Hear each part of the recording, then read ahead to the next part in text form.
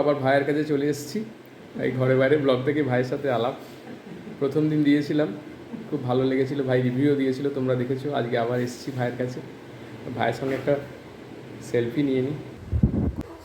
খুব সুন্দর ঘরোয়া খাবার তো, আর আজকে বেশি করে দিয়েছে, ওটা প্রিয়াঙ্কার কোনো পয়সা নেবে না। হ্যাঁ, বলে আমার ছোট ভাই, আমিও একদিন যাবো।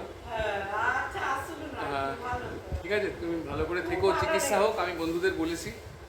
ঠিক আছে, ঠিক আছে, টাটা। ভাইয়ের সাথে একটা নিয়ে নিলাম, আমার ছোটো ভাই। তোমরা সবাই প্রে করো যাতে ও তাড়াতাড়ি সুস্থ হয়ে যায়। নারায়ণায় চিকিৎসা করছে। তোমরা যদি ওকে কোনো রকম কোনো কিছু যদি হেল্পও করতে চাও, আমি ওর দিয়ে দেবো, স্ক্যানার দিয়ে দেবো। খুব টাকা ব্যয়বহুল চিকিৎসাও। আর মাসিমার সাথেও তোমাদের দেখাচ্ছি, মাসিমাকে দাও একটা ছবি।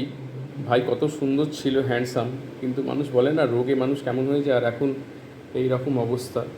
হ্যাঁ, ও হাঁটা চলারও শক্তি নেই।